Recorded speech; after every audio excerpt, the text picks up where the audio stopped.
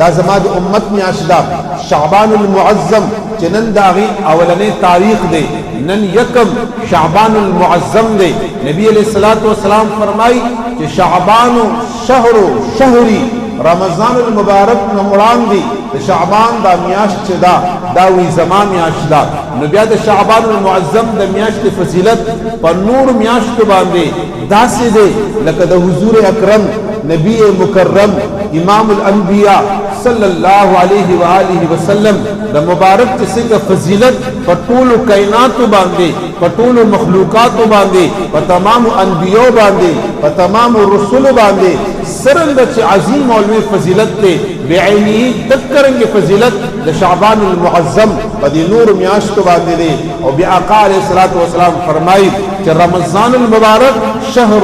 الله چې دا د الله میاشت ده میاشت د رمضان او میاشت د روزي چې دا د الله میاشت ده رب کائنات جل وعلا میاشت ده دا د الله میاشت ده نو بیا د رمضان د میاشت فضیلت دا په تمام میاشت باندې په تمام مکان باندې په تمام زمان باندې هر حیثیت سره هر نوعیت سره هر کیفیت سره الله رب العزت جل وعلا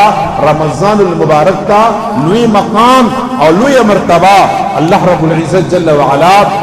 بیا د رمضان المبارک دا ورکړی دا نو اوس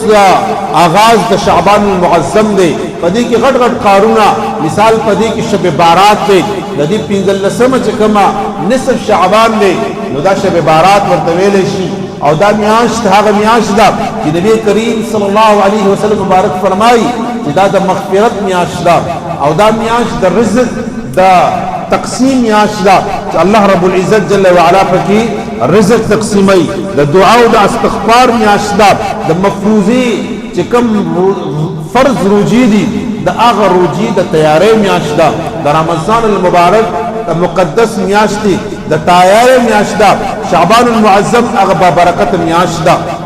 شعبان المعظم هغه بهترین میاشت ده الله رب العزت جل وعلا دې ته دومره لوی مقام او دومره لوی مرتبه الله رب العزت جل وعلا ورکړی ده ګوره الله تبارک وتعالى جل وعلا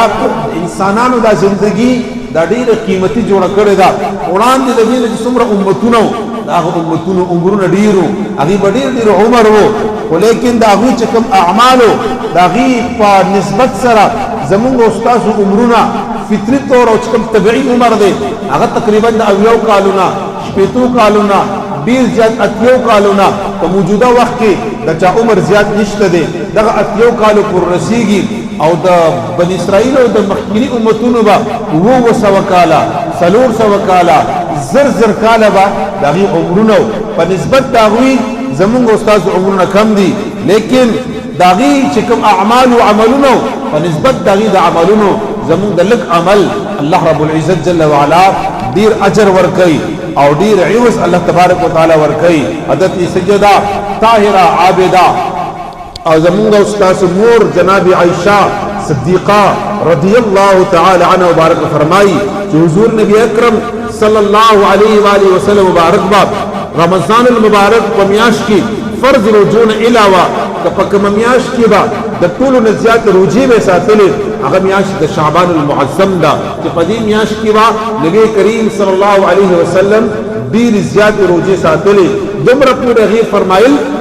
چې موږ به یریدو چې نبی کریم صلی الله علیه وسلم مبارک افطار نه کوي په دې میاشت کې او مسلسل لګیا دی روزي نشي نو خالد سلام فرمایل چې شعبان المعظم میاشت هغه ده چې په دې کې اعمال الله ته وړاندې کیږي په دې کې اعمال د رب کائنات جل وعلا درگاه ته رسیږي نو زما دا خواهش دی او زما دا ارمان دی نبی کریم صلی الله علیه وسلم مبارک فرمایل چې وې زما د اعمال چې کله برزي چې هغه ز په روزي سره ما د دې د وجه نه با ډیر زیات روزي نبی علیہ الصلوۃ والسلام په دې کې ساتلې د دې په 14 تاریخ باندې تحویل قبله راغلی و چې نبی کریم صلی الله علیه وسلم مبارک او ارجو و داغي تمنا و داغي خواهش و د نبی کریم صلی الله علیه وسلم په خواهش باندې الله رب العزت جل وعلا د بیت المقدس نه قبله دا تحویل شو او دا خانه کعبه طرف ته مسلمانانو من شروع کړ ابتدا کې 14 میاشتې مسلمانانو دا بیت المقدس طرف ته بیت المقدس ورته ویل شي بیت المقدس ورته ویل شي دواړه الفاظ مقدس او بیت المقدس دواړه چې کوم نو ټیک دي دغه تا بیا قبله ته مسکید تحویل قبله پشپارسم شعبان المعظم باندې الله رب العزت جل وعلا آیات را نازل کړو چې کریم پروردگار عالم الله محبوب دو فرمایل چې کم طرف فلنولینک وجهک اخفل د چهره مبارک دی واړه تر هغه طرف ته چې کم طرف ته ستا مرضی وي چې کم طرف ته ستا خواهش وي کاغذ ته هر طرف ته خواهش وو نبی کریم صلی الله علیه وسلم خانه کعبه مبارک طرف ته والمخ مبارک واړولو الله رب العزت جل وعلا قبله زمونږ به خانه کعبه وګرځولا نو دام د شعبان المعظم په د 14 تاریخ باندې دا چې کم دین راغلی وا نبی کریم صلی الله علیه وسلم مبارک فرمای چې شعبان المعظم بهترین میاشت ده شعبان المعظم مقدس میاشت ده با برکت میاشت ده او زما امت د دین غافل له زما امت د دین غفلت کوي او دا وی هغه میاشت ده چې په دې کې الله رب العزت جل وعلا د مسلمانانو مؤمنانو ګناونه معاف کوي رزق وسعت راولي د انسان استغفار او دعاګانی الله رب العزت جل وعلا قبلي نبی کریم صلی الله علیه وسلم مبارک با امتیانو ته فرمایل چې په دې میاش کې غفلت مکوئ په دې کې سستی مکوئ ځکه چې دا هغه میاش ده چې په دې میاش کې تیارې د رمضان المبارک د مقدس میاش کیږي او چې بیا نبی علیه الصلاۃ والسلام مبارک دا فرمایي چې شعبان المعظم زمان میاش ده د دې فضیلت دومره ده لکه زما چې څنګه فضیلت ته نو بیا به داغینا بهترین خبره داغینا غوره خبره داغینا اعلی خبره بل څه کې دی شي چې نبی کریم صلی الله علیه وسلم مبارک دې تخپل میاشت وای او دې کې بعد نبی کریم صلی الله علیه وسلم د رجوع به پکې کثرت فرمایلو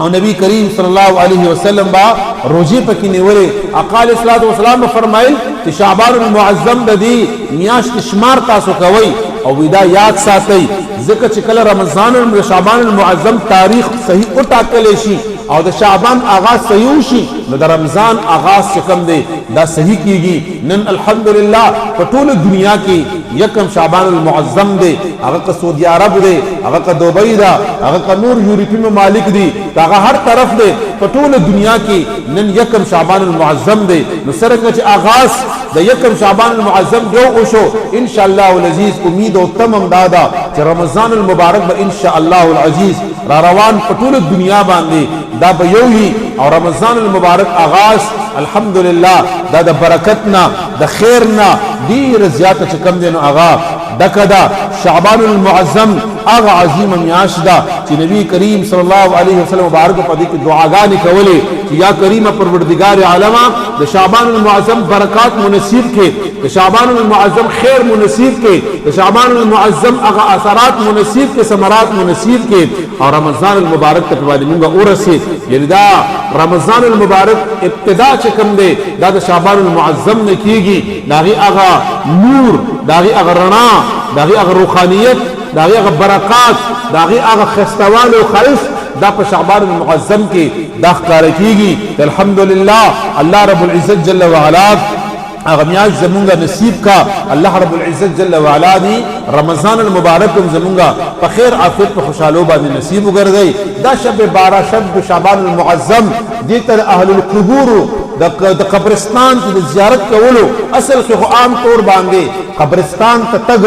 یا زیارتونو ته تګ دا په هیڅ یو وخت کې من نشتا په هیڅ یو وخت کې هغه د تلو حکم هم نشتا یره فلانی ټیم کې بزي فلانی ټیم کې بنزي نه قبرستان زموږ ابدي ځای دی قبرستان زموږ همیشه کور دی قبرستان زموږ همیشه د اوسېدو ځای دی تنها به پکې اوسېږو ځان له به پکې اوسېږو او هغه ځای کې چې کوم دی نبی کریم صلی الله علیه وسلم بارک فرمایي چې دا ځای نه ځان له آباد کوي دغه ځای نه ځان له چې کوم دی نو ښایسته کوي هغه یو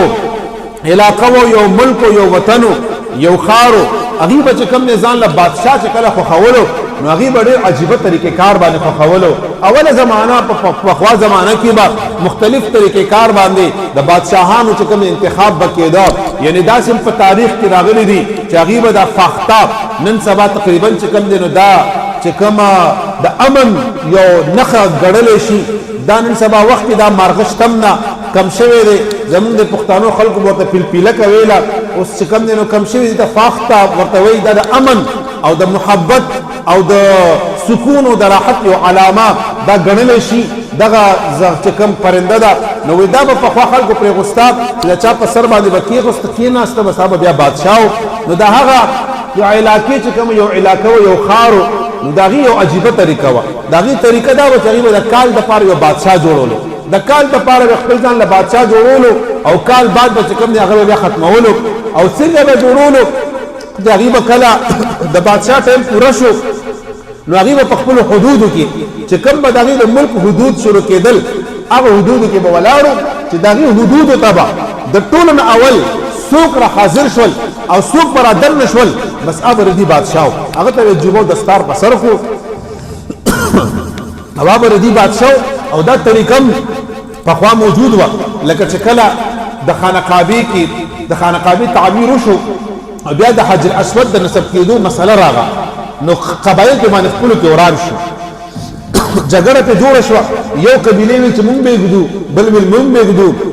بل ویل مونږ به یې ږدو بس فیصله وشوه چې سبا له حرم شریف کې سحر د ټولو نه اول څوک داخل شو بس هغه به زمونږ چې کوم دی نو هغه به حاکم وي هغه به زمونږ منصف وي هغه به بیا فیصله کوي نو چې کله سهار یې وکتل چې کله سهار یې وکتل نو نبی کریم صلی الله علیه وسلم هغه په حرمین شریفین ټول اول داخل شو هغه خپل حاکم جوړ کړ منصف جوړ کړل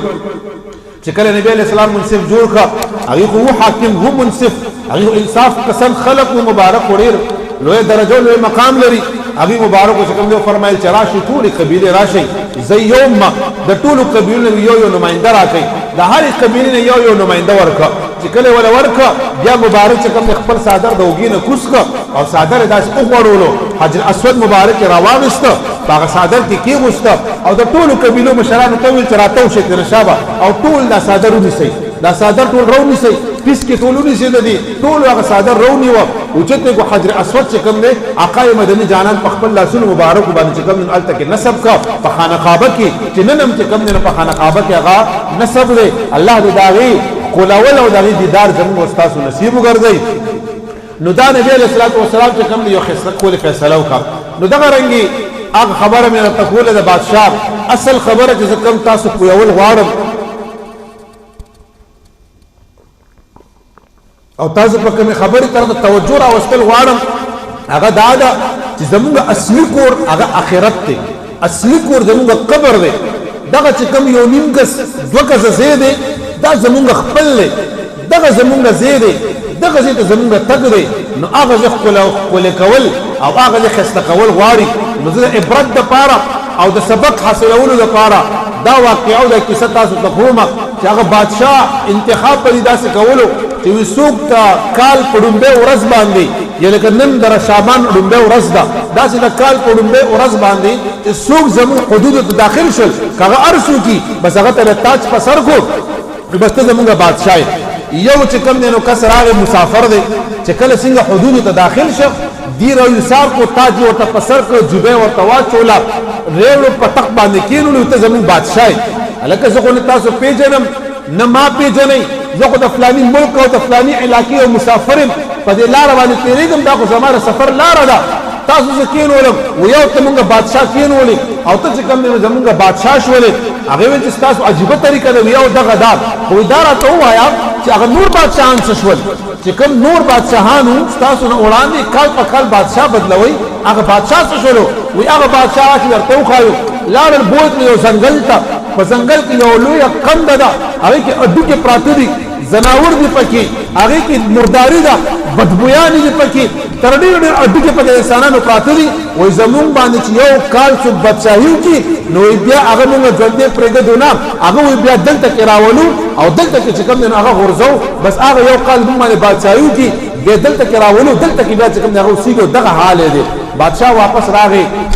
چې کله په تخت باندې کېناسته پروانه ولیکله بادشاه دی هغه پروانه ولیکله چې دا کار وکړي د ټولو نه اول زما حکم دا دی چې دا کم ځنګل دی او دا کومه قنده ده دلته باغات ولګوئ دلته محلات جوړ کړئ دلته ښایست او ښکلا راولئ د هغه ځای نه راونیسه زما تر محله پورې دا ټوله لارم سجو کوئ دا ټوله لارم جوړه کوئ په دې کې څه تکلیف چې ني په دې کې څه کمی ني دا مکمل طور باندې وکړئ هغه خلک هم ورته حیران دي بس دا خو بادشاه دی د بادشاہ حکم خو منل ضروری دي هر چا باندې هغه را لګیا شو او هغه کوشش شروع کړ او هغه کومه ګندګیانې وي کم اډوکیو کم د انسانانو غلاظتو کم بدبویانې وي کم مړي چې پراتو هغه ټول صفات نو ختم کړل الته کې محلم جوړ کو هغه کې باغات مو لګول هغه کې خپلا مو لګول او دې لګیا د خپل بادشاہي کوي چې د کال اخر شو اوس دغه بادشاہ چې کوم ختمېدو والا دی ورس په باندې تیر شو بادشاہ بدل نکو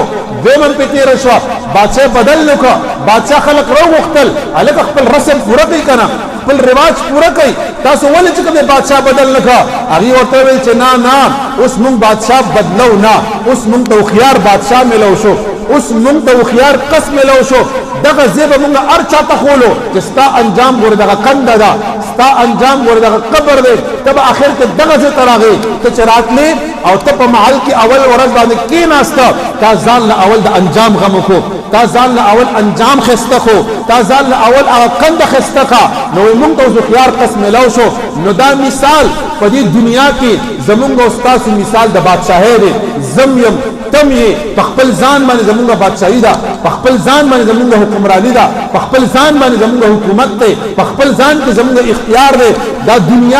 دا دنیا هغه اماجګا ده چې په دې کې دغه بادشاہي ده او دغه قبر هغه کنده ده چې کومه کنده چې کوم هغه بادشاہ ځان ته خطر و او بادشاہ ځان ته خسته کړی و نو دا قبر دا کنده دا خسته کول غواړي مونږ ټول په خپل ځای باندې مونږ الله رب العزت هر څه طاقت د ویل را کړی دی طاقت پسترو کې د قتل را کړی دی طاقت د ګرځېدو را کړی دی عقل را کړی دی شعور را کړی دی پوهه را کړی دا عزت را کړی دی اولاد را کړی دی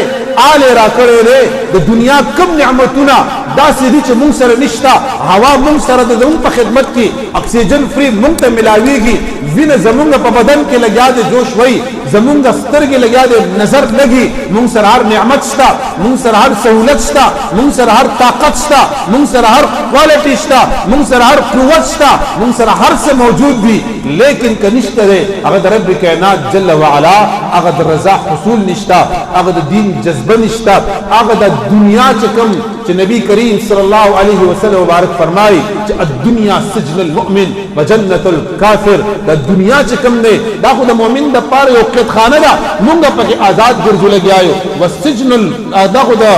کافر د پاره چې کوم دی نو بیا جنت ګرځي زمونږ د پاره نه زمونږ د پاره جنت چې کوم دی نو آخرت ته د دنیا چې کوم دی نبی علیہ الصلوۃ والسلام مبارک نے فرمائی چې دا یو کېتیباری ده څنګه زمیدار چې کوم زمیداری کوي د دنیا زمونږ د پاره کېتیباری ده نو په دې کې لګیاي زرغونه کرو دا به بیا په آخرت کې ریبو که خسه له وکړلو خفصل له وکړلو خ خدمت دا غو کو الله بدل خي بدلم درکې او که بد دی وکړل بد بدل الله تبارک وتعالى درکې الله رب العزت جل وعلا قوي ذات ته الله رب العزت زمونږ استادو کریم پروردگار عالم جل وعلا شعبان المعظم دا برکات نصیب وګرځي الحمدلله نن اولنې شعبان دی څومره ملګری دوستان روزي نیوي شي روزيونی سي او بیا په 13 تاریخ باندې شب بارات ته ان را روانه جمعه او بل جمعه دا شب بارات ته شب بارات ډیر عظیمه شپه ده او نبی کریم صلی الله علیه وسلم مبارک فرمای چې یو شب بارات په شپه باندې الله رب العزت جل وعلا ګناهګاران د جهنم واجب خلق چې هر ګناه تشوي هر خطا تشوي هر غفلت تشوي د شب بارات په شپه باندې الله د بنو کلب د ګډو د یو وخت په بدل باندې الله رب العزت جهنميان د جهنم نه آزادای نو بنو کلب بسونو روایت تاریخ لیکلی چې کله بنو کلب مثال ورکړو دا تاریخ ورپسې کوته بنو کلب ولې دومره دي نو د بنو کلب دا ګډي به دومره ډېرې وی کنه چې دا به یو رمه روانه ونه دا رمه بل سر به نه معلومي چې د غرب بیخت به سره دول اوته نو غرب پکې پټ شو ګډ به پکې ښکارېدل دومره زیاتې وي نو شب بارات هم دې پدې کې او د شعبان المعظم د پاره پدې کې روزي ډېر لوی فضیلت لري ډېر لوی مقام لري کله چا وس کیږي نو روزي پکې 19 فرض نه دي روزي پکې فرض نه دي فرض روزي را روان دي ان شاء الله العزيز نن یکم شعبان دی پورا